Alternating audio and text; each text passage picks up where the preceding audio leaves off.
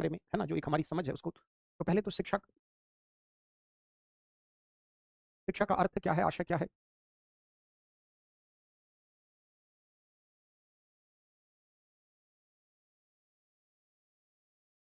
शिक्षक का उद्देश्य क्या है?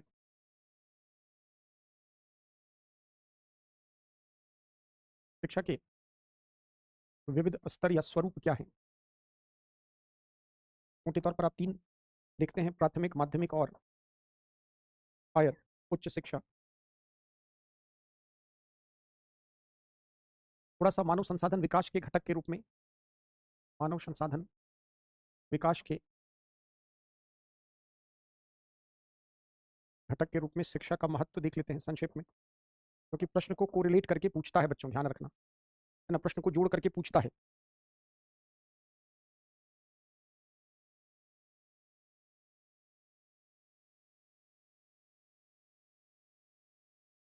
शिक्षा का सामान्य संदर्भ समझते हैं, आशय क्या है?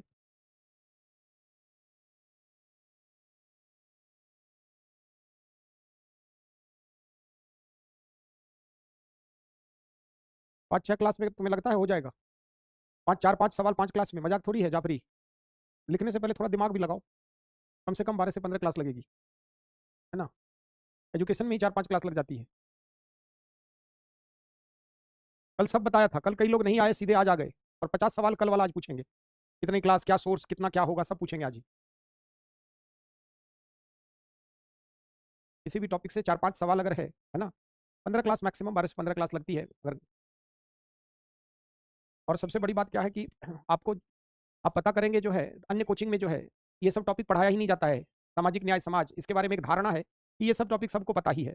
कई बार छात्र को भी लगता है कि इन सब टॉपिक का महत्व नहीं है, लेकिन जब सोसाइटी से 6-7 प्रश्न हॉल में दिखते हैं ना, तब दिमाग चकराता है, लगता है काश मैंने पढ़ लिया होता। अधिकतर लोगों को लगता है समाज के बारे में तो सब कुछ पता ही है, सामाजिक न्याय में क्या है, थोड़ा बहुत कार्यक्रम वगैरह पढ़ ले हो जाएगा बस। और यही काम कोचिंग वाले भी करते हैं, है ना? बाजार जो है जैसा चलता है, जैसा पैटर्न बाजार का है, दिल्ली की अधिकतर कोचिंग की हाल मैं बताऊं आपको, इसके लिए आपको पीडब्ल्यू का शुक्रिया अदा करना होगा। तो पीडब्ल्यू ने एग्जाम के महत्व को प्रश्न के आधार पर समझते हुए, एग्जाम में weightage in terms of question marks, उसके अकॉर्डिंग हमने सिलेबस डिजाइन किया है। नहीं तो सोसाइटी की तो क्लास को सबसे ज्यादा नेग्लेक्ट किया जाता है। चलिए, शिक्षा का आशय, शिक्षा के उद्देश्य, शिक्षा के विविध स्वरूप, बिल्कुल सामान्य बात है, फिर हम लोग एक एक करके प्राथमिक पर आ जाएंगे, माध्यमिक पे, और फिर, है ना? चलिए, शिक्षा के उद्देश्य, पहले शिक्षा का आशय। सामान्य अर्थ में शिक्षा का अर्थ क्या होता है? सीखने की प्रक्रिया, है ना? एक ऐसी प्रक्रिया जिसमें सीखना और सिखाना, संस्कृत भाषा के शिक्ष धातु में अप्रत्यय लगाकर ये जो है शिक्षा बना है, जिसका शाब्दिक अर्थ होता है सीखने और सिखाने वाली प्रक्रिया। शिक्षा को 2 अर्थ में आप देख सकते हैं, एक सामान्य अर्थ में, दूसरा विशिष्ट अर्थ में, है ना? सामान्य अर्थ में शिक्षा का आशय क्या है? किसी भी स्थान, निश्चित काल व स्थान में जो चलने वाली सीखने से संबद्ध कोई भी प्रक्रिया शिक्षा कहलाती है। परंतु व्यापक संदर्भ में अगर हम शिक्षा की बात करें, तो शिक्षा जीवन भर, आजीवन चलने वाली एक प्रक्रिया है, जो समय स्थान की बाध्यता से परे है ना? यानी शिक्षा के लिए कोई निर्धारित समयावधि, स्थान कोई फिक्स नहीं है, जीवन पर्यंत व्यक्ति शिक्षा यानी कहीं न कहीं कुछ न कुछ सीखता रहता है। तो यह आजीवन चलने वाली एक प्रक्रिया है। किसी भी व्यक्ति में ज्ञान और समझ को विकसित करने का कार्य शिक्षा करती है। किसी भी मनुष्य को पशु से इतर बनाने का कार्य, किसी भी मनुष्य को समाज के लिए, राष्ट्र के लिए उपयोगी बनाने का कार्य, किसी भी मनुष्य में बौद्धिक तार्किक चिंतन को बढ़ाने का कार्य शिक्षा ही करती है।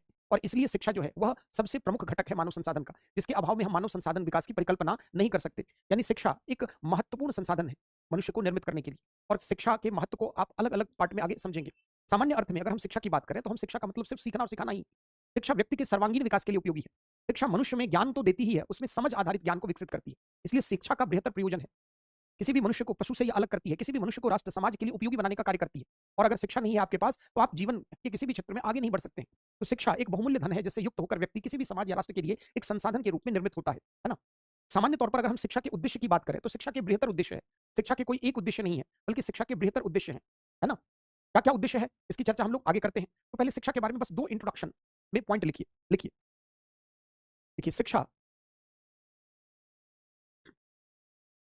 मानव संसाधन शिक्षा मानव संसाधन विकास का एक अनिवार्य व महत्वपूर्ण घटक है। मानव संसाधन विकास का एक अनिवार्य व महत्वपूर्ण घटक है, जो किसी भी व्यक्ति में जो किसी भी व्यक्ति में की बौद्धिक व तार्किक क्षमता में वृद्धि के साथ-साथ जो किसी भी व्यक्ति की बौद्धिक एवं तार्किक क्षमता में वृद्धि के साथ-साथ उसे रोजगार योग्य सक्षम बनाता है। उसे रोजगार योग्य सक्षम बनाता है। सामान्य अर्थ में सामान्य अर्थ में शिक्षा का आशय सीखने और सिखाने वाली एक उद्देश्यपूर्ण प्रक्रिया से है। सीखने और सिखाने वाली एक उद्देश्यपूर्ण प्रक्रिया से है।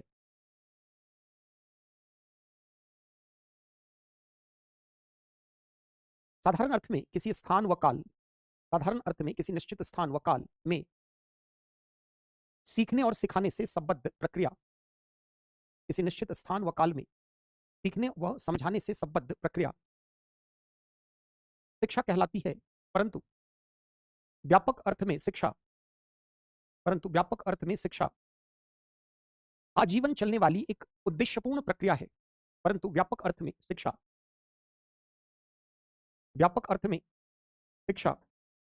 आजीवन चलने वाली एक उद्देश्यपूर्ण प्रक्रिया है।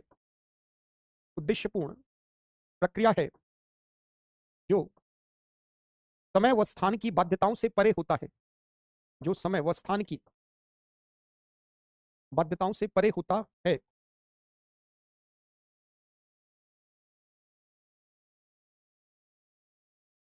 तो सामान्य अर्थ में आपने क्या कहा? शिक्षा किसी निश्चित स्थान व काल में सीखने व सिखाने से संबंधित प्रक्रिया है। व्यापक संदर्भ में शिक्षा का क्या है? एक उद्देश्यपूर्ण है जो जीवन पर्यंत चलती है। व्यक्ति जीवन पर्यंत कुछ ना कुछ सीखता ही रहता है ना? एक हेडिंग बनाते हैं शिक्षा के उद्देश्य, क्योंकि पूछता है मानव संसाधन विकास के घटक के रूप में शिक्षा के उद्देश्य या शिक्षा के महत्व, है ना? तो अगला एक हेडिंग बनाइए, शिक्षा का उद्देश्य, ध्येय, ऑब्जेक्टिव और एम ऑफ एजुकेशन। पहला हम क्या कह सकते हैं कि लोगों में ज्ञान एवं समझ को विकसित करना।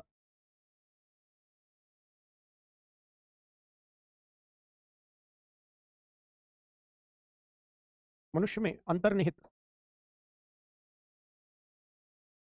क्षमताओं एवं उसके व्यक्तित्व का विकास करना।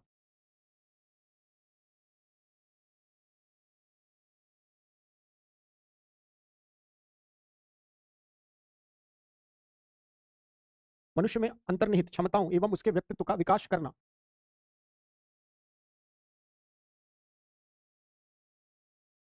लोगों की बौद्धिक एवं तार्किक क्षमता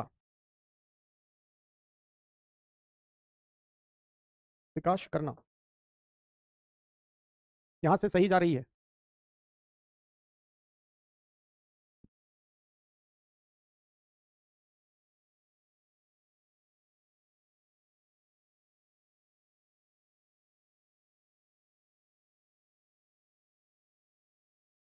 पहला क्या लिखा हमने? लोगों में ज्ञान एवं समझ को विकसित करना, मनुष्य में अंतर्निहित क्षमताओं एवं उसके व्यक्तित्व का विकास करना, लोगों की बौद्धिक एवं तार्किक क्षमता का विकास करना।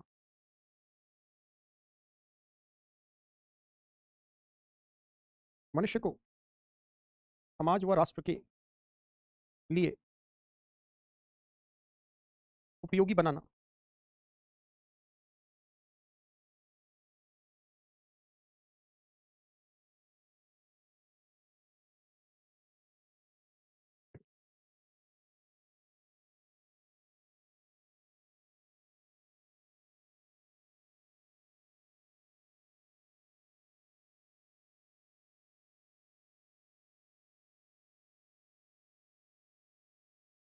पर मैं तुम्हारे एंड पे प्रॉब्लम है, यहाँ से तो एकदम सब कुछ ओके जा रहा है ना? कहीं दिक्कत आती है तो आ जाता है सामने, है ना? आवाज कुछ लोग कह रहे हैं, बढ़ा देता हूँ और क्या लिखा है। कुछ एक आधा पॉइंट और नोट कर लीजिए। शिक्षा के ऑब्जेक्टिव की बात कर रहे हैं हम लोग। मनुष्य का सर्वांगीण विकास करना। सर्वांगीण समझते हैं ना? हर तरह से, हर अंग का, हर चीज का।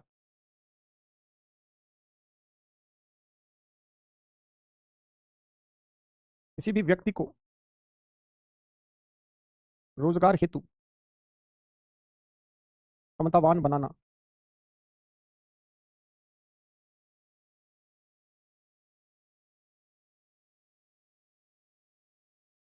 हम्म।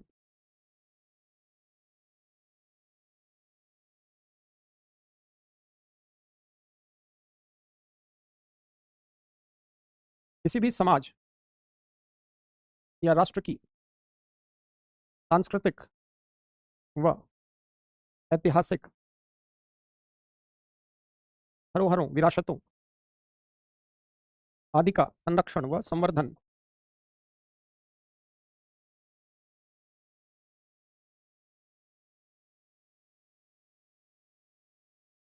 ये सब शिक्षा के बृहत्तर उद्देश्य है। मानसिक, आध्यात्मिक, शारीरिक, मानसिक विकास करना, वही सर्वांगीण विकास में हो गया। सर्वांगीण विकास का मतलब क्या हो गया कि मनुष्य का आध्यात्मिक, चारित्रिक, शारीरिक, मानसिक सभी प्रकार का विकास करना।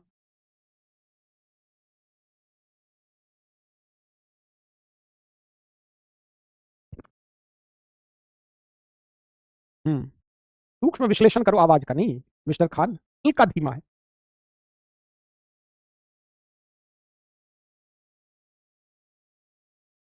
लो, धीमा को और तेज कर दिया गया है ना। तो शिक्षा के उद्देश्य क्या है? लोगों का चारित्रिक विकास करना, नैतिक विकास करना, है ना। किसी भी समाज व राष्ट्र की सांस्कृतिक व ऐतिहासिक धरोहरों का संरक्षण, विरासतों का संरक्षण, उसका संवर्धन, ये सब शिक्षा, तो शिक्षा के बृहत्तर उद्देश्य है ना।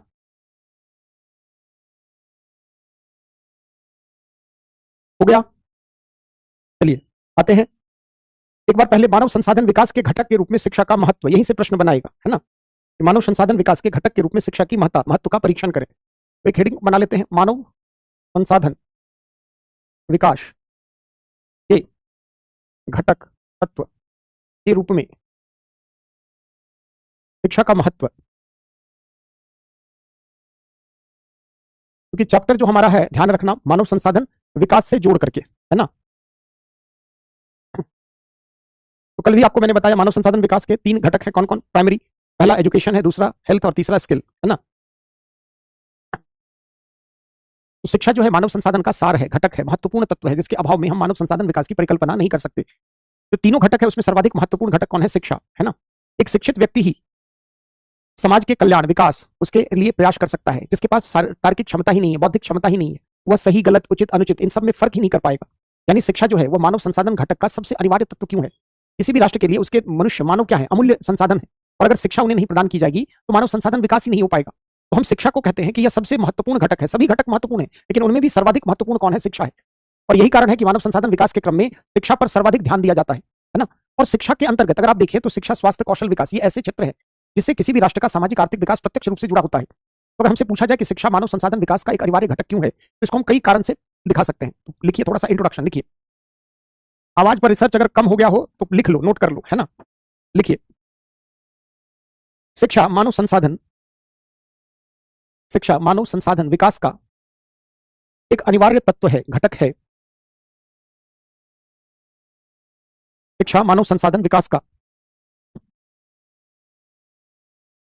एक अनिवार्य तत्व या घटक है जो किसी भी राष्ट्र के सामाजिक आर्थिक ताने बाने को संतुलित बनाए रखने में महत्वपूर्ण है। सामाजिक आर्थिक ताने बाने, संरचना, जो भी इससे जुड़ी चीजें हैं, को बनाए रखने में महत्वपूर्ण और उपचारात्मक भूमिका निभाता है।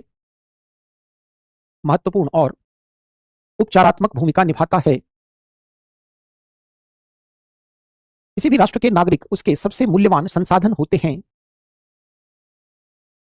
किसी भी राष्ट्र के नागरिक उसके सबसे मूल्यवान संसाधन होते हैं। ऐसी स्थिति में उन्हें दक्ष मानव संसाधन के रूप में बनाने में शिक्षा का महत्वपूर्ण योगदान होता है।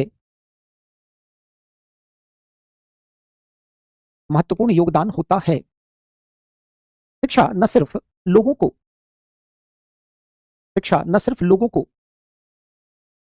रोजगार हेतु सक्षम बनाती है,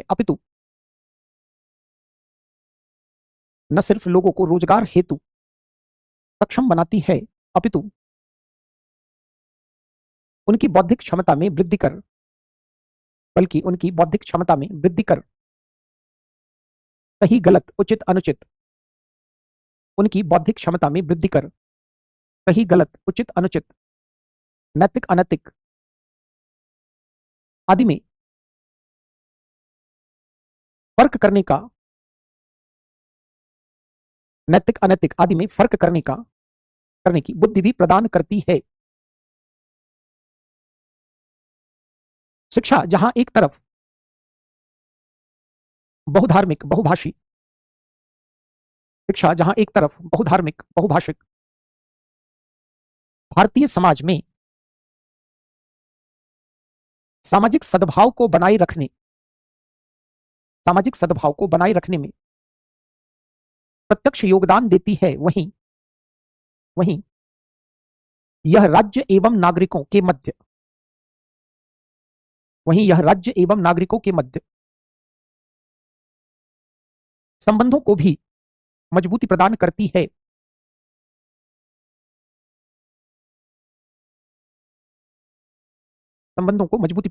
है। शिक्षा ज्ञान जागरूकता के अभाव में किसी भी आधुनिक व प्रगतिशील राज्य या समाज की परिकल्पना नहीं की जा सकती।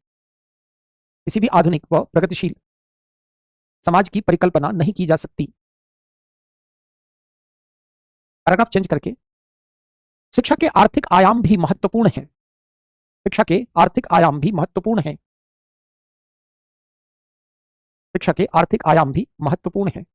व्यवसाय परक शिक्षा या रोजगार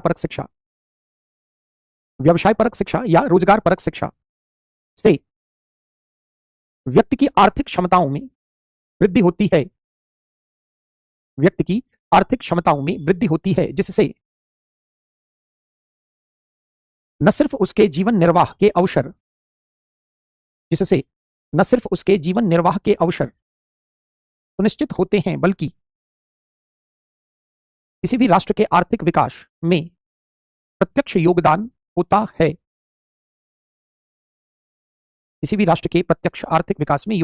है। यानी अब आप जो देख रहे हो कि शिक्षा के अलग अलग डायमेंशन को आपको समझना है ना, कि शिक्षा का एक सामाजिक मानव संसाधन घटक के रूप में आप ऐसा ना समझें कि शिक्षा का सिर्फ एक आर्थिक परिप्रेक्ष्य ही है ना। शिक्षा का एक आर्थिक परिप्रेक्ष्य भी है ना, और शिक्षा का एक सामाजिक परिप्रेक्ष्य भी है, शिक्षा का एक राजनीतिक परिप्रेक्ष्य भी है,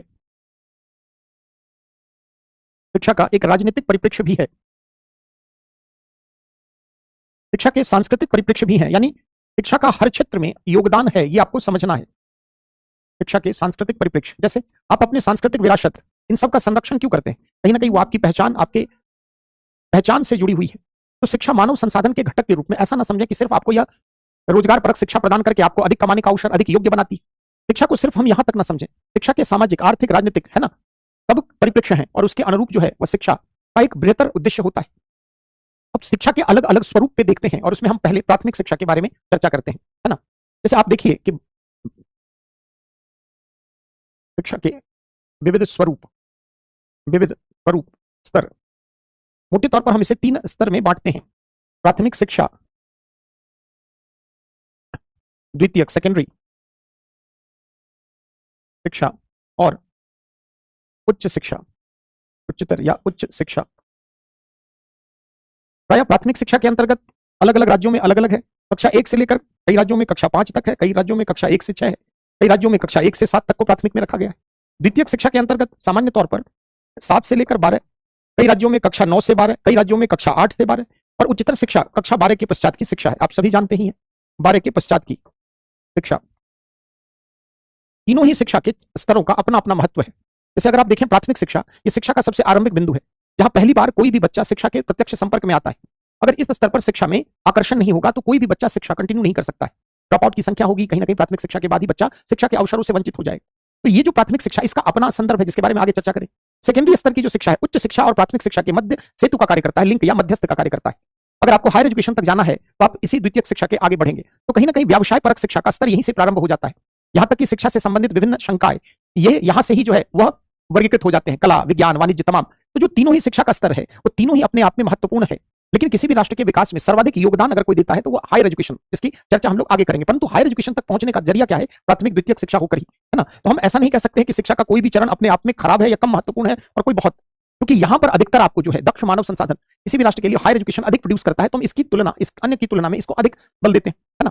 तो जो सबसे प्राइमरी, हम लोग तीनों को अलग अलग पढ़ेंगे। प्राइमरी एजुकेशन क्या है, द्वितीयक शिक्षा क्या है, उच्च शिक्षा। पहले उसके लिए शिक्षा के विकास के लिए भारत में क्या प्रावधान रहा है मोटे तौर पर उसको पहले समझ लेते हैं, फिर हम लोग एक एक करके तीनों शिक्षा पर आएंगे। जैसे देखो पहले क्या हुआ, हमें उससे मतलब नहीं है। भारत में शिक्षा के विकास हेतु यहां पर तीनों ही शिक्षा शामिल है, प्रयास, है ना। और ये कब से, हम आजादी से पहले क्या हुआ वो आप इतिहास में पढ़ते हैं, आजादी के बाद से भारत में शिक्षा के विकास हेतु क्या प्रयास हुआ है, इसको हम लोग जैसे सरकार द्वारा प्रयास अगर आप देखें उसको हम संवैधानिक स्तर पर देख लेते हैं। संवैधानिक स्तर पर प्रयास। दूसरा, शिक्षा में सुधार हेतु विभिन्न आयोग। पहले इसको समझ लोगे तीनों का कंबाइंड रूप से। शिक्षा किस सूची का विषय है ना, शिक्षा किस सूची का विषय है। अगर मैं आपसे पूछूं, जैसे आप सूची पढ़ते हैं ना, केंद्र सूची, राज्य सूची और समवर्ती सूची, है ना, स्टेट लिस्ट, यूनियन लिस्ट और कंकरेंट लिस्ट, पॉलिटी में पढ़ते हैं आप। शिक्षा किस सूची का विषय है, यूनियन लिस्ट में है या स्टेट लिस्ट में है या कंकरेंट लिस्ट में। अगर आप देखें तो 1976 तक एजुकेशन जो है वह राज्य सूची का विषय था, लेकिन 1976 के बाद से शिक्षा के महत्व को समझते हुए इसे वर्तमान तक अभी तक क्या है, ये समवर्ती सूची में 76 के बाद से डाल दिया गया। पहले ये स्टेट लिस्ट का पार्ट हुआ करता था, लेकिन 1976 में जो संविधान संशोधन हुए उससे इसे राज्य सूची से उठाकर समवर्ती सूची में डाल दिया गया। समवर्ती सूची में जो भी शामिल विषय है उनमें उससे संबंधित नीति निर्माण का, उससे संबंधित विधायी प्रक्रिया, उससे संबंधित संस्थागत प्रक्रिया का अधिकार किसको होता है, चाहे केंद्र सरकार को भी होता है, राज्य सरकार को। तो चूंकि शिक्षा मानव संसाधन विकास का सार है, ऐसी स्थिति में आजादी के बाद शुरुआत में पहले यह राज्य सूची के विषयों में शामिल था, लेकिन 1976 में इसे राज्य सूची से उठाकर कहां रख दिया गया, समवर्ती सूची में, ताकि केंद्र और राज्य दोनों की सम्मिलित भागीदारी, सम्मिलित प्रयास के द्वारा शिक्षा के क्षेत्र में बेहतर कार्य किया जाए। तो भारत सरकार द्वारा शिक्षा में सुधार हेतु विभिन्न आयोग बनाए गए, शिक्षा से संबंधित राष्ट्रीय नीति बनाई गई। इन सब पर चर्चा हम लोग विस्तार से करेंगे। राष्ट्रीय नीति अगर आप देखें तो आजाद भारत में अब तक शिक्षा से संबंधित 3 राष्ट्रीय शिक्षा नीति प्राइमरी बनी है ना, उस पर भी चर्चा। अगर हम राष्ट्रीय शिक्षा नीति की बात करें तो आजाद भारत में अब तक 3 राष्ट्रीय शिक्षा नीति बनी है। सबसे पहले जो राष्ट्रीय शिक्षा नीति बनी वह 1968 की। दूसरी शिक्षा नीति, राष्ट्रीय शिक्षा नीति जो है वह फुल फ्लेजेड 1986 में बनी, और 86 के बाद थोड़ा बहुत संशोधन किया गया, लेकिन जो फुल फ्लेजेड अगर हम देखें तो नई ही शिक्षा नीति है 2020 की, राष्ट्रीय शिक्षा नीति 2020 की। इन तीनों नीतियों के बारे में आगे पढ़ेंगे। सरकार के द्वारा अगर आप देखें तो शिक्षा के क्षेत्र में सुधार के लिए बहुत सारे, पहले तो संविधान के स्तर पर शिक्षा को किस प्रकार संचालित किया जाए उसको लेकर पहले इसे राज्य सूची में रखा गया, बाद में इसे समवर्ती सूची में डाल दिया गया। शिक्षा में सुधार के लिए कई आयोग बने। पहले इन सबको आप समझेंगे तो एक एक करके प्राइमरी, सेकेंडरी और हायर एजुकेशन को समझने में दिक्कत नहीं होगी। तो एक हेडिंग बना रखा आपने कि शिक्षा के विकास के लिए थोड़ा इंट्रोडक्शन लिखिए। आजादी के पश्चात लिखिए, आजादी के पश्चात शिक्षा को राज्य सूची के विषयों के अंतर्गत सम्मिलित किया गया। शिक्षा को राज्य सूची के विषयों के अंतर्गत सम्मिलित किया गया, परंतु शिक्षा के क्षेत्र में राज्यों के प्रयासों में कमी तथा इसकी उपेक्षा के कारण, राज्यों के प्रयासों में कमी तथा इसकी उपेक्षा के कारण 1976 में शिक्षा के महत्व को समझते हुए तथा इसमें बेहतर प्रयासों की आवश्यकताओं के मद्देनजर इसे राज्य सूची से हटाकर समवर्ती सूची में डाला गया। इसे राज्य सूची से हटाकर समवर्ती सूची में शामिल किया गया, ताकि केंद्र एवं राज्य दोनों शिक्षा के विकास हेतु मिलकर प्रयास कर सके। केंद्र एवं राज्य दोनों शिक्षा के विकास के लिए मिलकर प्रयास करें। सूची तो समझते ही हो ना जी, जो हमारे यहाँ 3 प्रकार की सूचियां हैं, पॉलिटी में आपने पढ़ा होगा। पहला केंद्र सूची है, जिसमें जो भी विषय शामिल है उससे संबंधित कानून बनाने का, उससे संबंधित विभिन्न प्रावधान निर्मित करने का अधिकार किसको है, भारत सरकार, केंद्र सरकार को है। दूसरा राज्य सूची है, जिसमें राज्य, किसी भी राज्य को उस सूची में शामिल विषयों पर कानून बनाने का, उससे संबंधित कार्यक्रम, प्रयास आदि संचालित करने का अधिकार है। और तीसरा कौन है, समवर्ती सूची, जिसमें केंद्र और राज्य दोनों चाहें। जैसे शिक्षा को समवर्ती सूची में डाल दिया गया तो केंद्र सरकार भी शिक्षा की बेहतरी के लिए कार्यक्रम बनाएगी, नीतियां बनाएगी, कानून बनाएगी, और राज्य सरकार भी, है ना। तो ये तो बिल्कुल कॉमन सी बात है ना। लिखिए पैराग्राफ चेंज करके, भारत में शिक्षा के क्षेत्र में सुधार हेतु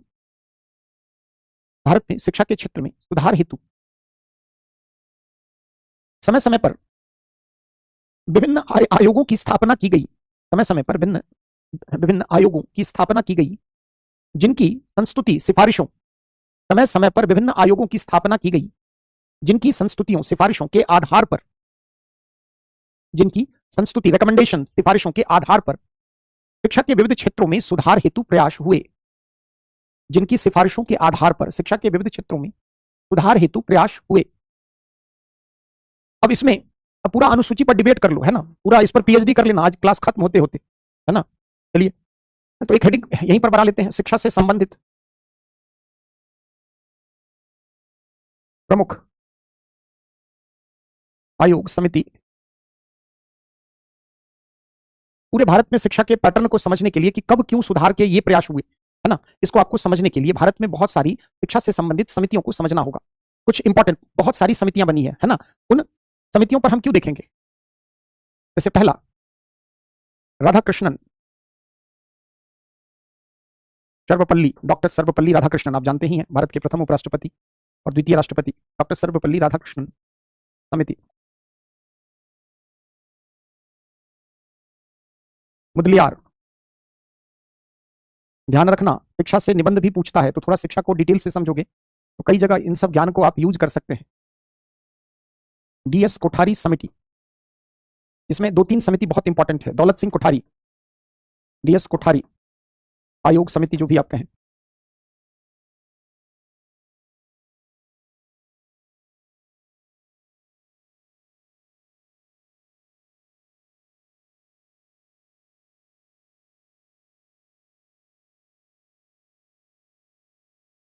एक एक समिति हमारे लिए महत्वपूर्ण है ना, क्योंकि शिक्षा के क्षेत्र में कब क्या प्रयास हुए, क्या सुधार हुए, इसको समझने के लिए आपको तो मुदलियार समिति, डॉक्टर सर्वपल्ली राधाकृष्णन समिति।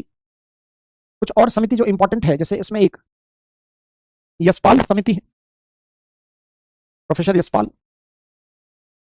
एक राष्ट्रीय ज्ञान आयोग है जो नई शिक्षा नीति में काफी, राष्ट्रीय ज्ञान आयोग, नेशनल नॉलेज कमीशन।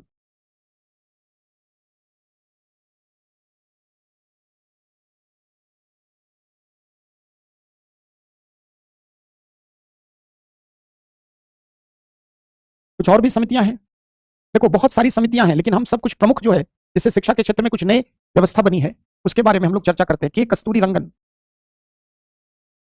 समिति, जो नई शिक्षा नीति के कॉन्टेक्स्ट में आप इनको के कस्तूरी रंगन समिति नोट करिए फटाफट।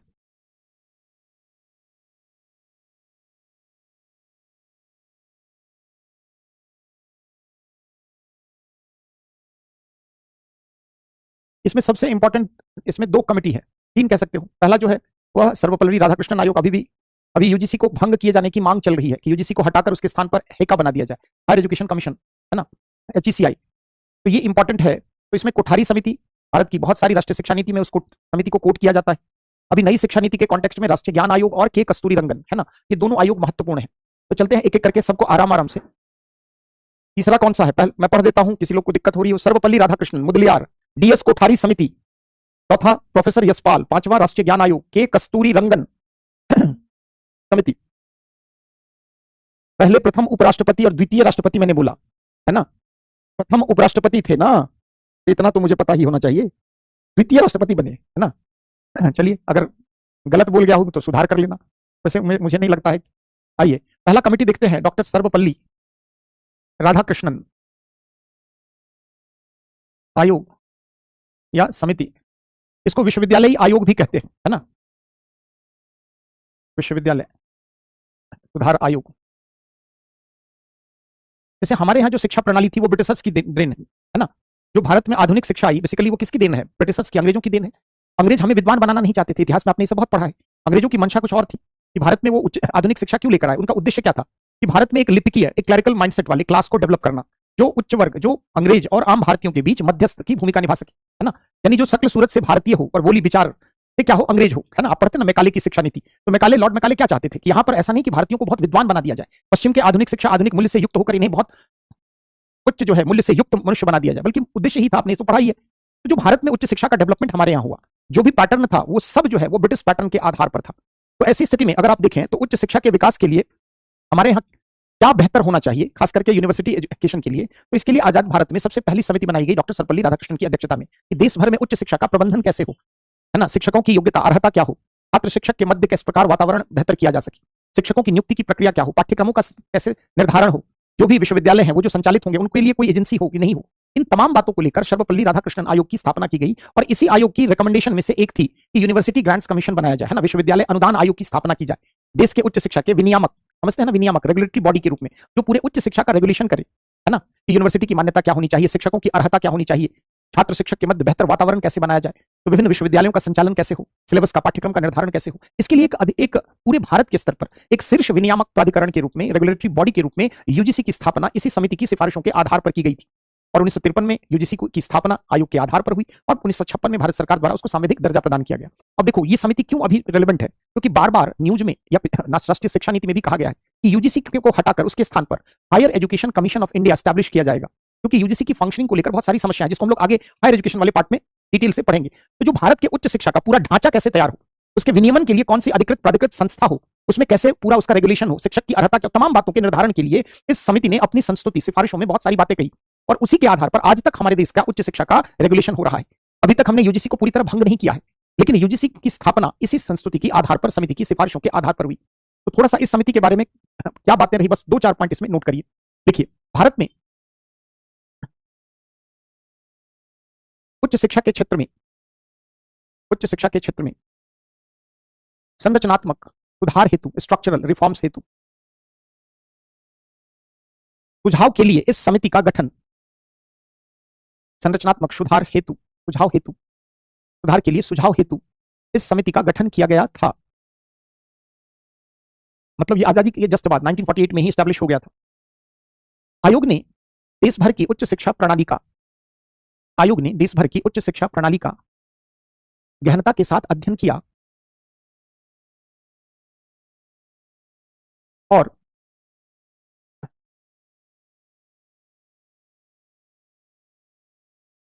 अंग्रेजों द्वारा संचालित भारत की उच्च शिक्षा में सुधार हेतु कुछ महत्वपूर्ण सुझाव भी प्रस्तुत किए।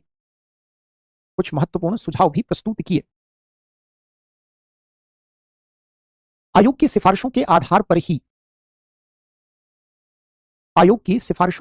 पर ही पूरे देश के उच्च शिक्षा के विनियमन रेगुलेशन हेतु, उच्च शिक्षा के विनियमन हेतु एक शीर्षस्थ विनियामक के रूप में उच्च शिक्षा के विनियमन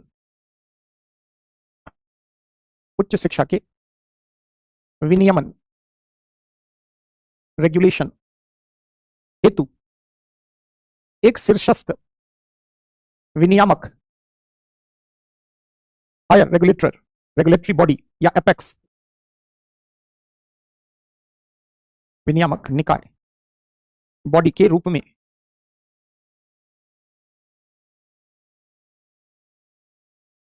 विश्वविद्यालय अनुदान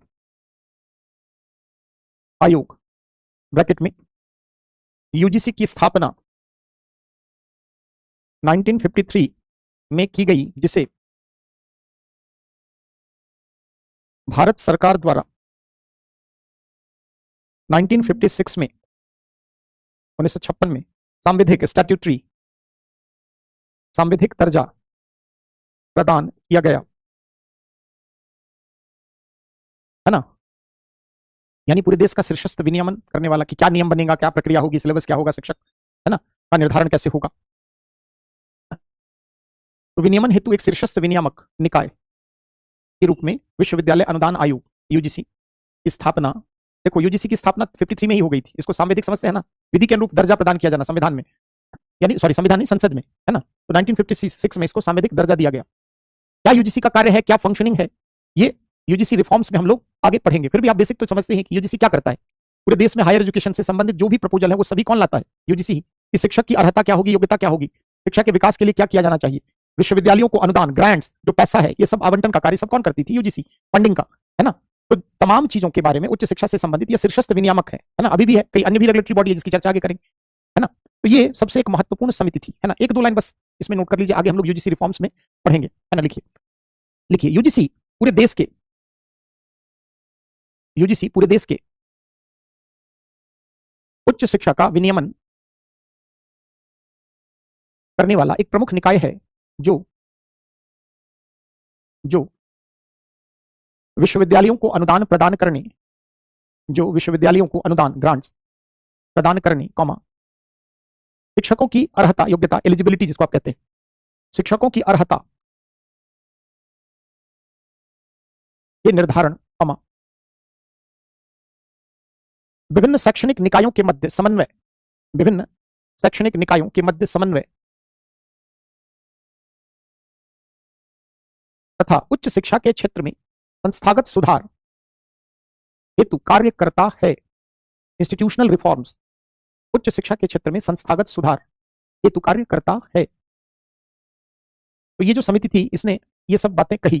थोड़ा सा अब जो समिति है उसमें छोटी छोटी है, जैसे मुदलियार समिति जो है, बेसिकली ये जो मुदलियार साहब थे ये मद्रास यूनिवर्सिटी के वाइस चांसलर थे, है ना, और बड़े विद्वान व्यक्ति थे। इनकी अध्यक्षता में भी 1953 में एक समिति बनाई गई, और खास करके जो सेकेंडरी एजुकेशन है ना, माध्यमिक शिक्षा में क्या रिफॉर्म्स किया जाना चाहिए, है ना, माध्यमिक शिक्षा में सुधार हेतु।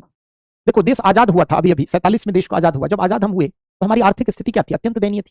पिछले 200-300 वर्षों की दास्तां ने भारत को खोखला कर दिया था, कमजोर कर दिया था। हमारी आर्थिक स्थिति बहुत दयनीय थी। ऐसी स्थिति में शिक्षा के विकास के लिए आपको चरणबद्ध तरीके से धीरे धीरे काम करना होगा, क्योंकि आपके पास ऐसा तो नहीं था कि पैसा बहुत। दूसरा, उस समय साक्षरता भी हमारे यहाँ क्या थी? कम थी। आप सोचिए कि जब भारत आजाद हुआ था तो हमारे यहाँ 8% महिलाएं मात्र शिक्षित थी, पुरुषों में भी साक्षरता 20 से 25 के बीच में थी। तो जो भारत में साक्षरता दर भी कम थी, वैसी स्थिति में चरणबद्ध तरीके से सुधार समय के प्रवाह के साथ हुआ। तो मुदलियार समिति जो है, इनको बनाया गया कि माध्यमिक शिक्षा के क्षेत्र में सुधार कैसे किया जाए। और समिति ने माध्यमिक शिक्षा के महत्व को समझते हुए कि ऐसा नहीं कि सेकेंडरी एजुकेशन का महत्व नहीं है, कि सिर्फ प्राइमरी और हायर दोनों के मध्य क्या है, ये लिंक है ना, आप इसी के रास्ते से हायर एजुकेशन तक जाएंगे। सर्वाधिक ड्रॉप आउट की संख्या यहीं पर होती है ना। प्राथमिक शिक्षा सभी ले लेते हैं लगभग, स्कूल छोड़ना, ड्रॉप आउट तो समझते हैं ना कि स्कूल ड्रॉप कर देना, छोड़ देना। तो लोग गरीबी के कारण, अन्य व्यावसायिक कमाने के लिए या अन्य कारणों से लोग पढ़ाई लिखाई प्राइमरी एजुकेशन के बाद सेकेंडरी के स्तर पर आना छोड़ते हैं। तो सेकेंडरी एजुकेशन में शिक्षा का जो माध्यम है, इस समिति ने कहा कि शिक्षा जो है माध्यमिक स्तर तक की शिक्षा 3 भाषाओं में, त्रिभाषा फॉर्मूला, जो अभी भी नई शिक्षा नीति में विवाद का कारण बना। अभी आप सुन रहे होंगे हाल में भी तमिलनाडु के मुख्यमंत्री का बयान, स्टालिन का बयान, नई शिक्षा नीति में हिंदी के विरोध को लेकर दक्षिण भारत के कई नेता। ये त्रिभाषा फॉर्मूला, 3 भाषा तो समझते ही होंगे, एक अंग्रेजी, हिंदी और कोई वर्नाकुलर लैंग्वेज, कोई स्थानीय भाषा, जैसे तमिलनाडु में तमिल है, जैसे आंध्रा में या तेलंगाना में तेलुगु। तो अलग अलग भारत के विभिन्न प्रांतों में, राज्यों में जो भी भाषा शिक्षा का माध्यम हो माध्यमिक स्तर तक में, उसमें त्रिभाषा फॉर्मूला को अपनाए जाने की बात की। मतलब कि अंग्रेजी हिंदी तो अनिवार्य भाषा होगी, इसके साथ साथ कोई भी स्थानीय भाषा, जहां की जो स्थानीय भाषा है, मातृभाषा है, उसमें पहले प्राइमरी तक एजुकेशन मैंडेटरी था। जैसे आप 1935 का भारत शासन अधिनियम पढ़ेंगे तो वहां भी ये बातें कही गई थी। तो जो माध्यमिक शिक्षा है उस जमाने में अगर आप देखें तो जिस समय अंग्रेजों के पैटर्न पर सेकेंडरी का मतलब, सेकेंडरी के 2 पार्ट हुआ करते थे, एक सीनियर सेकेंडरी और एक सेकेंडरी। तो जो सेकेंडरी का लोअर पार्ट था उसमें कक्षा 6 से 8 हुआ करता था, और कक्षा सीनियर सेकेंडरी का मतलब सॉरी कक्षा जो लोअर सेकेंडरी है वो कक्षा जो है वह 7, 8, 9, 10 हुआ करता था, और सीनियर सेकेंडरी का पहले मतलब 11 और 12 होता था, कक्षा 11वीं और 12वीं। तो जो उस जमाने में पहले प्राथमिक स्तर तक की शिक्षा तीनों भाषाओं में दी जाती थी, लेकिन माध्यमिक स्तर की शिक्षा जो है वह कोई अनिवार्य नहीं थी। तो इस आयोग ने अपनी सिफारिशों में कहा कि त्रिभाषा फॉर्मूले को अपनाया जाना चाहिए। माध्यमिक विद्यालयों की संख्या आज भी हमारे देश में जनसंख्या के अनुपात में सर्वाधिक कम है। हमारे यहाँ प्राइमरी एजुकेशन के बहुत सारे संस्थान हैं, हालांकि वो भी जनसंख्या के अनुपात में कम है, लेकिन कंपैरेटिवली हमारे यहाँ हायर एजुकेशन के इंस्टीट्यूशन क्या है, कम है। तो इस समिति ने सेकेंडरी एजुकेशन के रिफॉर्म के लिए बहुत सारे मूल्यवान सुझाव दिए, और उन सुझावों के आधार पर भविष्य में माध्यमिक शिक्षा की बेहतर रूपरेखा निर्धारित की गई, माध्यमिक शिक्षा में बेहतर प्रयास किए गए। तो देखो कोई भी समिति जो होती है उसकी रिकमेंडेशन एक दूरदर्शी परिप्रेक्ष्य में, दूरदर्शितापूर्ण, लॉन्ग टर्म पर्सपेक्टिव में कोई भी समिति अपने फैसले को देती है। तो जो भारत में माध्यमिक शिक्षा में इनका बड़ा योगदान है, तो बस इनके बारे में 1-2 पॉइंट फटाफट नोट करिए। मुदलियार समिति, है ना, लिखिए, भारत सरकार द्वारा माध्यमिक शिक्षा के क्षेत्र में सुधार के लिए, माध्यमिक शिक्षा के क्षेत्र में सुधार के लिए मुदलियार समिति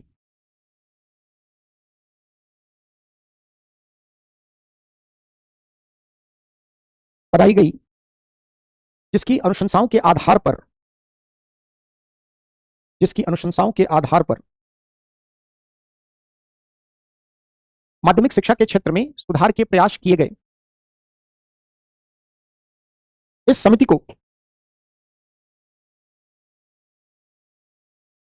सेकेंडरी एजुकेशन कमीशन, माध्यमिक शिक्षा आयोग के नाम से भी जाना जाता है। इस समिति को सेकेंडरी एजुकेशन कमीशन 1952 में बना था, सेकेंडरी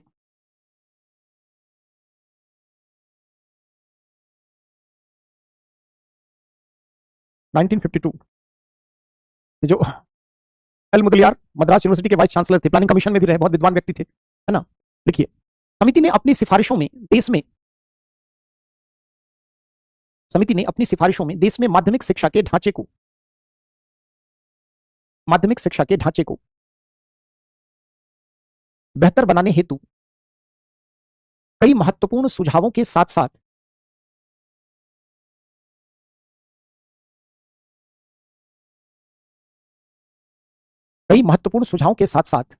माध्यमिक स्तर तक की शिक्षा 3 भाषाओं में ब्रैकेट में अंग्रेजी, हिंदी तथा स्थानीय भाषा मातृभाषा, माध्यमिक स्तर तक की शिक्षा 3 भाषाओं में ब्रैकेट में अंग्रेजी, हिंदी तथा स्थानीय भाषा मातृभाषा में प्रदान किए जाने की बात कही। जैसे देखो, ये सब बहुत सारा रिकमेंडेशन था कि जो करिकुलम है उसको डाइवर्सिफाई करो, है ना। ऐसा नहीं हो कि बस वो पहले हमारे यहाँ क्या था कि आर्ट्स और साइंस, उसमें कॉमर्स भी हो, म्यूजिक भी हो, तमाम टीचर का स्टेटस बेहतर हो, अधिक से अधिक जो है स्कूल खोले जाएं, है ना। जो उसमें स्टूडेंट का जो है पार्टिसिपेशन वो एक्स्ट्रा करिकुलर एक्टिविटीज में भी होना चाहिए, वोकेशनल, समझते हैं ना, जो कौशल विकास आधारित, जो व्यवसाय परक शिक्षा है वो भी प्रदान की जाए। तो वो सब माध्यमिक शिक्षा में रिफॉर्म के लिए इन्होंने कहा, है ना। तो ये समिति माध्यमिक शिक्षा के लिए इंपॉर्टेंट है। पूरे देश के स्तर पर एक तीसरी कमेटी बनाई गई जिसको हम कहते हैं डीएस कोठारी समिति, दौलत सिंह कोठारी इनका पूरा नाम है ना, दौलत सिंह कोठारी। और ये यूजीसी के चेयरमैन रहे हुए हैं, बहुत विद्वान व्यक्ति रहे। कोठारी आयोग के नाम से फेमस है, कई जगह आप नई शिक्षा नीति में भी आप सुनते रहे हैं अक्सर कि जैसे जो आप रिकमेंडेशंस, एजुकेशन का जीडीपी में कंट्रीब्यूशन जो है, टोटल जीडीपी का 6% खर्च किया जाना एजुकेशन के मद में, ये बात सबसे पहले भारत में इसी आयोग ने कही थी। 1964 में इस आयोग का गठन हुआ और इसकी संस्तुतियों के आधार पर भारत की पहली राष्ट्रीय शिक्षा नीति 68 में बनी। देश में समग्र शिक्षा, ऐसा नहीं कि सिर्फ हायर या प्राइमरी, या समग्र शिक्षा का कैसे बेहतरी करनी है, कैसे क्या करना है, इसके लिए कोठारी आयोग बना। और इस आयोग की सिफारिश बहुत महत्वपूर्ण रही, पहली और दूसरी, यहां तक कि तीसरी जो लेटेस्ट शिक्षा नीति है उसमें भी कई बात इस कमेटी के रिकमेंडेशन को रखा गया। जैसे जब भी आप राष्ट्रीय शिक्षा नीति नई वाली भी आप पढ़ेंगे, समझेंगे, तो वो एक दिन में नहीं बनी है, उसमें पिछले कई सिफारिश, संस्तुतियां उसमें शामिल है। तो जो डीएस कोठारी साहब थे, इन्होंने क्या कहा कि हमारे यहाँ स्कूली शिक्षा व्यवस्था के अंतर्गत पहले क्या है कि बच्चों का ठहराव सुनिश्चित करना है, 100% नामांकन और बच्चों का ठहराव सुनिश्चित करना है। शिक्षा के क्षेत्र में जीडीपी का 6% तक खर्च करो, पैसा ही नहीं है ना। जो विद्यालय के स्तर पर शिक्षा में लैंगिक अंतराल है वो बहुत ज्यादा है ना, यानी वो लैंगिक अंतराल बहुत है, उस लैंगिक अंतराल को पाटना है ना, यानी बच्चियों की भागीदारी शिक्षा में कम है। तो ये शिक्षा के क्षेत्र में कैसे व्यवस्थित किया जाए पूरे देश की शिक्षा, वो सब इस कोठारी समिति की सिफारिशों में, कि जो भारत में पूरा समग्र शिक्षा का ढांचा है उसको कैसे बेहतर किया जाए। जैसे शिक्षक छात्र अनुपात को बढ़ाना होगा, है ना, विद्यालयों में बच्चों का ठहराव सुनिश्चित करना होगा, जो प्राथमिक स्तर तक की शिक्षा है उसमें मूल्यों का समावेशन, क्योंकि बच्चा पहली बार कुछ सीख रहा है तो उसका चारित्रिक मूल्य का भी उन्नयन होना चाहिए। तो ये जो कोठारी समिति है यह बहुत महत्वपूर्ण समिति रही है ना, और इसकी सिफारिश आने वाले कई शिक्षा नीति को इसने प्रभावित किया है। लिखिए थोड़ा सा कोठारी आयोग के बारे में, बहुत देर से शांत था तो कुछ तो बातचीत होनी चाहिए, नहीं माही तो कुछ भी पूछ लेना है, उस पर 50 लोग कमेंट करेंगे, है ना। चलिए, कोठारी आयोग, कुछ लोग मंगल ग्रह से लाइव जुड़े हैं मेरी क्लास में, है ना, कुछ लोग यूएस से भी है, घर में नहीं है। कोठारी आयोग, लिखिए, भारत में समग्र शिक्षा के विकास के लिए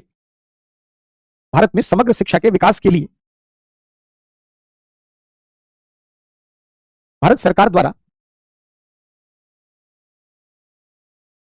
1964 में कोठारी आयोग की स्थापना की गई।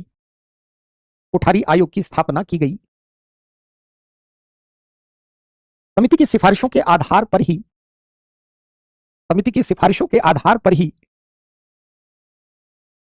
भारत की पहली राष्ट्रीय शिक्षा नीति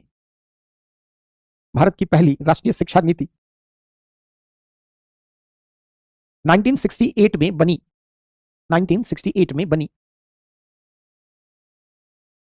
आयोग की कुछ प्रमुख सिफारिशें निम्न हैं।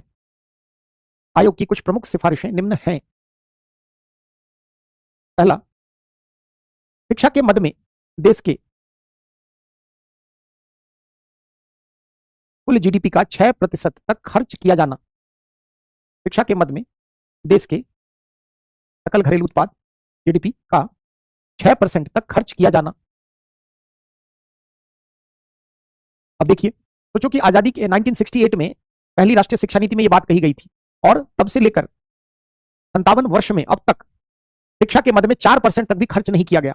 जबकि सच्चाई क्या, मान लीजिए कि पहले की भारत की आर्थिक स्थिति उतनी अच्छी नहीं थी, लेकिन हाल के वर्षों में हमारे यहाँ शिक्षा के मद में जितना खर्च किया जाना चाहिए बहुत अपर्याप्त है। सरकार के पास 80 करोड़ लोगों को राशन देने के लिए पैसा है ना, मैं ये नहीं कहता कि सरकार गलत है, परंतु उन 80 करोड़ लोगों में, है ना, अगर आप देखें तो जरूरतमंद जो है वो 40-42 करोड़ ही है। सरकार को कई अन्य मदों में आवश्यकता से अधिक, है ना, खर्च करने के लिए संसाधन, पैसा, ये नहीं कि वर्तमान सरकार, हर सरकार की बात कर रहा हूं, लेकिन शिक्षा जैसे सबसे महत्वपूर्ण मद में कि सकल, एक तो हमारी जीडीपी अगर आप डेवलप्ड कंट्री से तुलना करें तो छोटी है, आबादी बहुत अधिक, तो हमने 6% तक खर्च नहीं कर पाए। ये बात 57 साल पहले शिक्षा नीति में कही गई, है ना। तो पहला आपने क्या लिखा कि जीडीपी का 6% तक खर्च किया जाना। दूसरा लिखिए, लिखिए, शिक्षा की सर्वसुलभता, शिक्षा की सर्वसुलभता एवं प्राथमिक विद्यालयों के स्तर पर 100% नामांकन सुनिश्चित करना। शिक्षा की सर्वसुलभता, सर्वसुलभता एवं प्राथमिक शिक्षा के स्तर पर, प्राथमिक शिक्षा के स्तर पर 100% नामांकन सुनिश्चित किया जाना।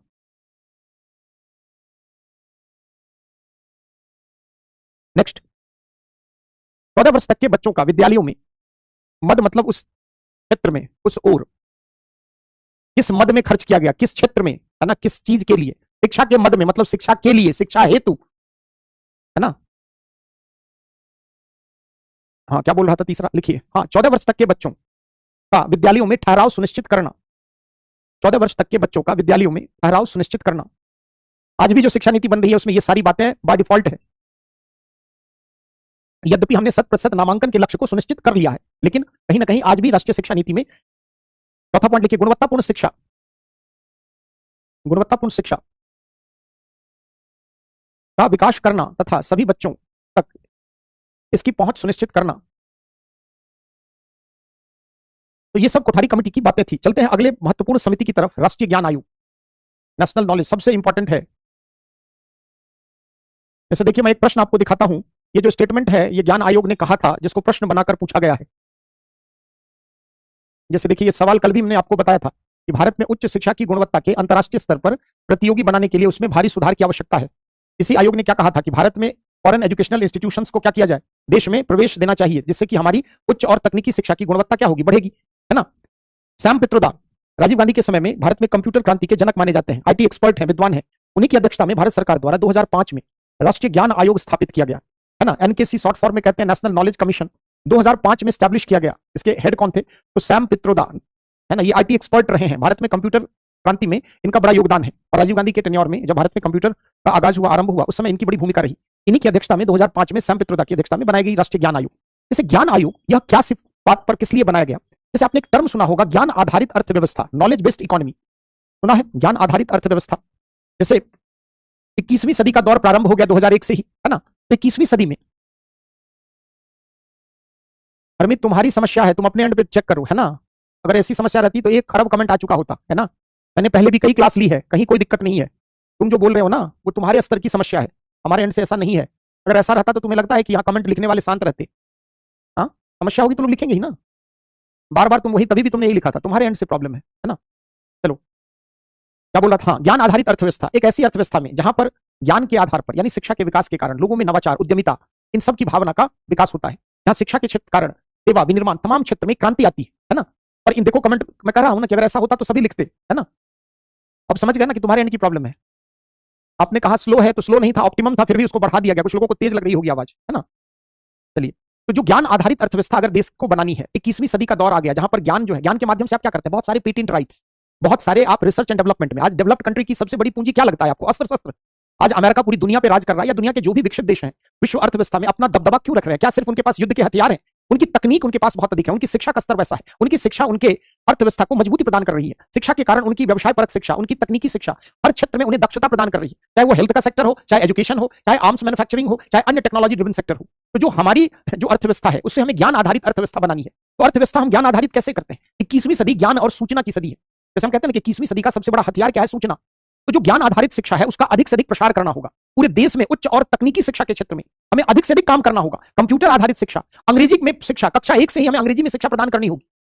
क्यों, क्योंकि पूरे विश्व के स्तर पर, अब इसी पे चले, बस करिए भाई कमेंट, है ना। पूरे विश्व के स्तर पर अगर आप देखें तो जो ज्ञान आधारित अर्थव्यवस्था का दौर देखा जा रहा है, तो जो हमारे यहाँ अंग्रेजी आधारित शिक्षा बहुत बेहतर नहीं है। ये बात कब की हो रही है बच्चों, 2005 में, आज से 20 साल पहले एक फ्यूचरिस्टिक पर्सपेक्टिव में, एक दूरदर्शितापूर्ण भविष्योन्मुखी इसने उपाय बताए कि कुछ नहीं करना है, हमें क्या करना है कि पूरे देश में हम अधिक से अधिक कॉलेज यूनिवर्सिटी नहीं खोल सकते। हमारे यहाँ number of college, number of universities, number of education institutions बहुत कम है, और हम चले हैं अंतरराष्ट्रीय स्तर पर प्रतिस्पर्धा करने। तो जो अगर नॉलेज बेस्ड इकोनॉमी बनानी है तो हमें क्या करना होगा, पूरे देश के शिक्षा के तंत्र को मजबूत करना होगा। कंप्यूटर, तकनीकी शिक्षा में अधिक से अधिक रिसर्च एंड डेवलपमेंट, बिल्कुल इन सब में हमें निवेश करना होगा। हमें अपने एजुकेशनल सेटअप को, जो हमारा स्ट्रक्चर है, उसको रिवाइव करना होगा। क्यों, क्योंकि हमसे आगे बहुत अधिक दुनिया में अन्य देश चल रहे हैं। तो जो राष्ट्रीय ज्ञान आयोग है, भारत में जितने आयोग अब तक बने हैं उन सबकी संस्तुतियां अपने अपने क्षेत्र में महत्वपूर्ण है, लेकिन अगर रिलेटिवली आप देखें तो राष्ट्रीय ज्ञान आयोग की अनुशंसाएं बहुत महत्वपूर्ण है। जैसे आप देखिए कि भारत में हमारे यहाँ जो नंबर ऑफ कॉलेजेस है ना, नंबर ऑफ कॉलेजेस कम है, हमारे यहाँ नंबर ऑफ यूनिवर्सिटीज कम है, हमारे यहाँ नंबर ऑफ जो एजुकेशनल इंस्टीट्यूशंस हैं ये सब बहुत कम है। सेंट्रल यूनिवर्सिटी, हमारे यहाँ यूनिवर्सिटी, ये सब कम है। पूरे देश में 1400 विश्वविद्यालय के आसपास है, जबकि देश की आबादी के अनुपात में हमें 3000 से अधिक विश्वविद्यालय चाहिए। हमारे देश में 53-54 कॉलेज है, जबकि सच्चाई क्या है, देश की आबादी के अनुपात में हमें 1.5 लाख से अधिक कॉलेज चाहिए। बात ज्ञान आयोग ने 2005 में कमेटी बनी, 2007 तक में अपनी रिपोर्ट इन्होंने पब्लिश की कि हमारे यहाँ सेंट्रल यूनिवर्सिटी 100 से अधिक चाहिए। ये बात उन्होंने आज से 18 साल पहले कही। आज भी हमारे यहाँ 54-55 के आसपास केंद्रीय विश्वविद्यालय है। तो अगर आपको कॉम्पीट करना है अंतरराष्ट्रीय मंच पर, आप ज्ञान आधारित व्यवस्था बनाना चाहते हैं, तो आपको अपने एजुकेशन के सेक्टर में रिफॉर्म करना होगा। अब आप सोचो कि हमारे यहाँ पूरे देश में 1400 के आसपास विश्वविद्यालय, जबकि सच्चाई क्या है कि अगर निजी क्षेत्र के विश्वविद्यालय को हटा दें, कई अलग अलग प्रकार के जो आगे बताऊंगा, तो हमारे यहाँ सरकारी विश्वविद्यालयों की संख्या राज्य और केंद्र दोनों मिलाकर 600 में भी नहीं है। अगर डीम्ड और निजी सेक्टर के विश्वविद्यालय छोड़ दें तो शिक्षा के क्षेत्र में हमारे यहाँ बहुत समस्या है।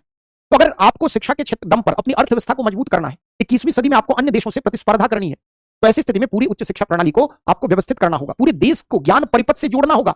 हमारी कुछ लिमिटेशंस हैं, हमारे पास शिक्षा का बजट कम है, तो हम नए कॉलेज यूनिवर्सिटी स्टैब्लिश नहीं कर सकते, लेकिन हम डिजिटल क्रांति के जरिए पूरे देश के शैक्षणिक संस्थाओं को एक ज्ञान परिपथ से, एक नॉलेज सर्किट से, इंटरनेट के माध्यम से कनेक्ट कर सकते हैं या नहीं कर सकते। सोचो कि यह बात इस आयोग ने आज से 18 साल पहले कही। आज पूरे देश के विश्वविद्यालयों को कनेक्ट किया जा रहा है, इंटरनेट से कनेक्ट करके आम बच्चों तक उसकी एक्सेस दी जा रही है। क्यों? क्योंकि हमारे पास फंड का अभाव है। एक इंटरनेशनल यूनिवर्सिटी के एस्टैब्लिशमेंट में कम से कम 2000 करोड़ रुपए से अधिक पैसा चाहिए। एक नॉर्मल यूनिवर्सिटी जो स्टैंडर्ड होती है उसके लिए हमें 1000 करोड़ रुपए चाहिए, और अगर ऐसे हमें 2000 यूनिवर्सिटी बनाने अगर चले तो हमारे पास शिक्षा का बजट ही नहीं है। तो जो राष्ट्रीय ज्ञान आयोग है, इसकी संस्तुतियां बहुत इंपॉर्टेंट है ना। तो थोड़ा सा इनकी संस्तुति लिखते हैं, इसको नई शिक्षा नीति के साथ जोड़ करके प्रश्न बनेगा, है ना। तो राष्ट्रीय ज्ञान आयोग के बारे में संक्षिप्त में परिचय लिखिए, है ना। देखिए, भारत सरकार द्वारा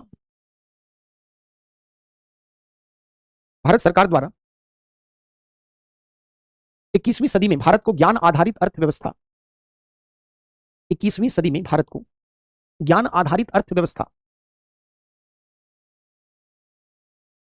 बनाने हेतु तथा उच्च शिक्षा के क्षेत्र में संरचनात्मक एवं भविष्य उन्मुखी सुधार हेतु, उच्च शिक्षा के क्षेत्र में संरचनात्मक एवं भविष्य उन्मुखी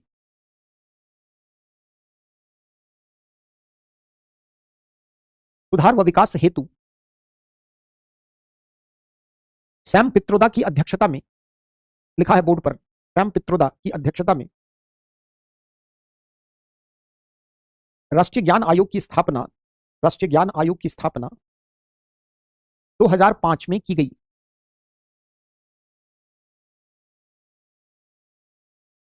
राष्ट्रीय ज्ञान आयोग की स्थापना 2005 में की गई।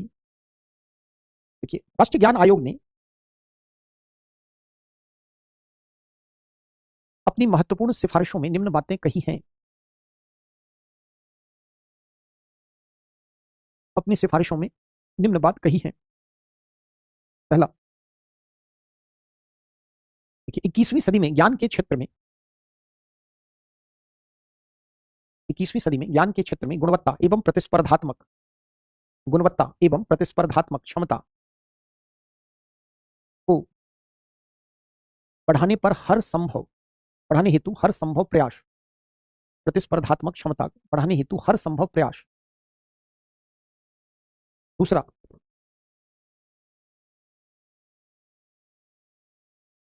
वैज्ञानिक शिक्षा,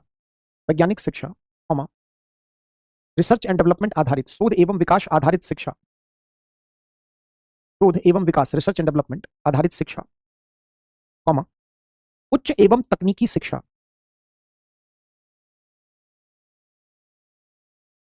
में संरचनात्मक सुधार की पहल।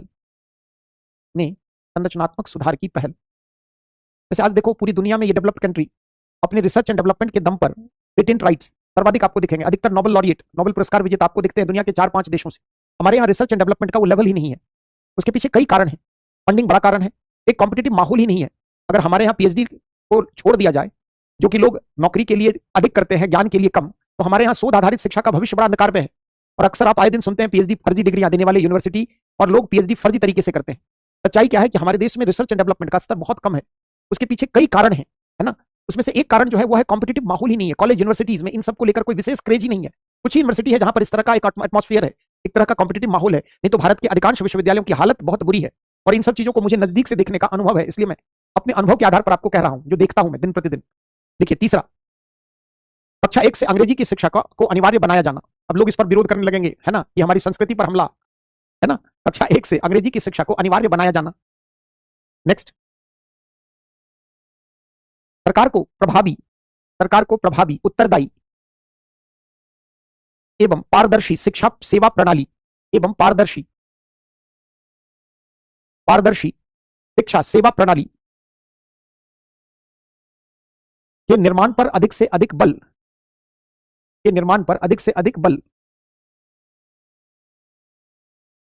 मतलब मैं आपको व्यक्तिगत रूप से कहूं, अधिकांश पीएचडी करने वाले बच्चों से पूछता हूं मैं जानकर कि क्यों पीएचडी करना चाहते हो, है ना, तो वो क्या कहते हैं पता है?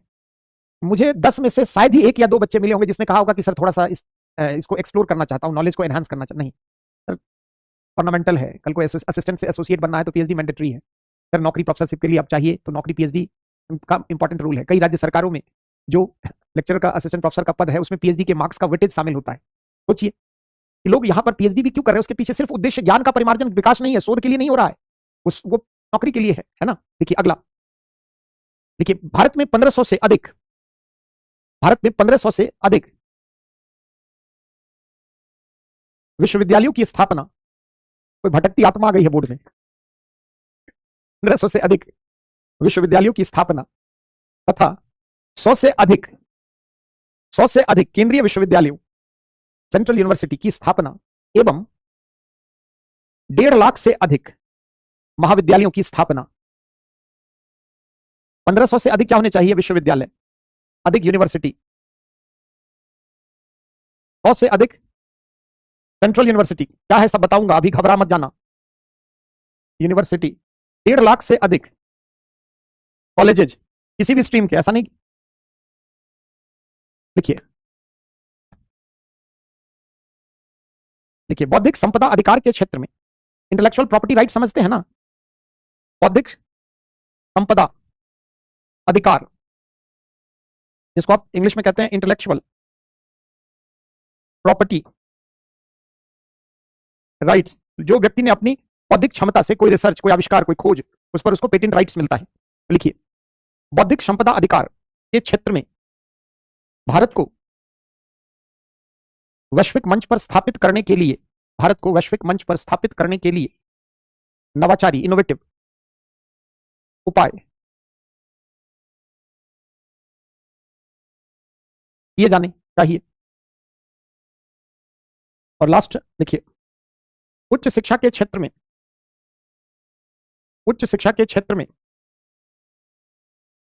प्रतिस्पर्धी वातावरण के निर्माण तथा गुणवत्ता में वृद्धि हेतु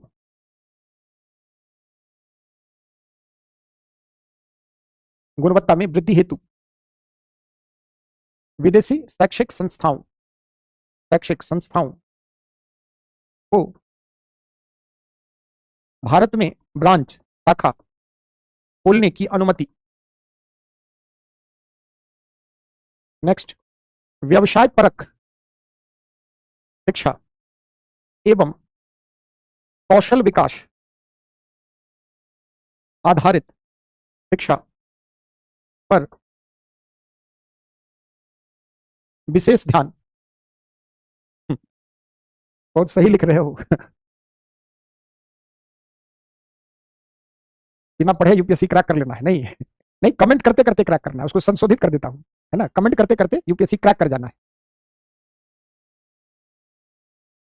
व्यवसाय परक शिक्षा, है ना, वोकेशनल, कौशल विकास, स्किल डेवलपमेंट बेस्ड एजुकेशन अधिक से अधिक प्रोवाइड किया जाए। तो आज यहीं तक रखो, कल प्राइमरी एजुकेशन पूरा देख लेंगे, है ना, और सेकेंडरी भी। जो लोगों के पास पीडब्ल्यू का वो मैटर है, एक बार आगे प्राइमरी और सेकेंडरी कार्यक्रम में नहीं पढ़ाऊंगा, एक आधा कार्यक्रम पर चर्चा कर दूंगा, ठीक है। चलिए, कोई अगर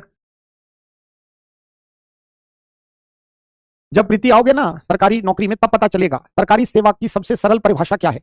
न्यूनतम संसाधनों में अधिकतम आउटपुट निकालने हेतु एक ऐसा प्रयास जिसमें लगे कि हमेशा हम संलग्नित है, यही है सरकारी नौकरी, है ना। न्यूनतम संसाधनों में, हम लोग कॉलेज यूनिवर्सिटी में एक पेज के लिए ना 50 एप्लीकेशन औपचारिकता, एक पेज प्रिंट आउट में जो लगता है, एक पेज या बंडल लेने के लिए 50 औपचारिकताएं होती है ना। पीडब्ल्यू का मैटर में मुझे नहीं पता, एडमिशन लिया होगा तो मिला होगा जिस कोर्स में लिया होगा। हाँ हाँ, योजना पढ़ना है आप ही को शिवानी जी, है ना, थोड़ा आपको पढ़ना है कार्यक्रम वगैरह, जो एक दो बड़े कार्यक्रम है वो सब मैं क्लास में डिस्कस कर दूंगा, है ना, तो थोड़ा योजना कार्यक्रम ये सब आपका चीज है ना, सब कुछ गुरु जी के भरोसे ही नहीं रहना है। चलिए, जिनको कोई सवाल नहीं है बहुत बहुत धन्यवाद। आज बैच में कुछ शांति नजर न लगे, कल मैं नींबू टांगूंगा यहाँ। आत्मा से मुक्ति और कमेंट से कुछ हद तक मुक्ति मिली है ना, तो इसी तरह परफॉर्मेंस रखिए, कमेंट कम करने का। जेन्युइन सवाल है, पूछो, मैं उसका जवाब जो जेन्युइन लगता है तुरंत देता हूँ, है ना। उत्तर प्रदेश का ही कोई विश्वविद्यालय है अमन, अब क्या पूरा कुंडली क्यों मेरी खोल रहे हो। चलिए, बहुत बहुत धन्यवाद आप सबका। इतवार है, जाइए। कार्यक्रम, सारे कार्यक्रम नहीं पता होने चाहिए प्रिया पांडे, कल भी यही बता, कुछ महत्वपूर्ण है ना। पीडब्ल्यू मैटर पढ़ो, है ना, उसमें दिया गया है कोड में आत्मा अगर अगले साल देना है तो स्किप कर जाइए पायल, अगर आपको 1-2 साल है तो क्यों स्किप करोगे, काम की चीज पढ़ लोगे अतिरिक्त तो अच्छी ही रहेगी। चलिए, वो एक्चुअली लाइट जो है ना, वो कैमरे की लाइट है, वो सॉरी क्या कहते हैं, यूपीएस की लाइट है, वो रिफ्लेक्ट होती है, कल उसको ढक दूंगा। चलिए ठीक है, बहुत बहुत धन्यवाद आप सबका बच्चों। चलिए, नजर न लगे, ऐसे ही कमेंट ठीक से बात करो। हाँ अमन, सच्चाई है, उत्तर प्रदेश का ही एक प्रतिष्ठित विश्वविद्यालय है, जिससे मैं जुड़ा हुआ हूँ। चलिए, शुभ रात्रि, बहुत बहुत धन्यवाद, थैंक यू वेरी मच। हाँ, गुड नाइट, कल पढ़कर आना प्राइमरी और सेकेंडरी एजुकेशन से रिलेटेड जो भी मैटर है आपके पास। चलिए, शुभ रात्रि।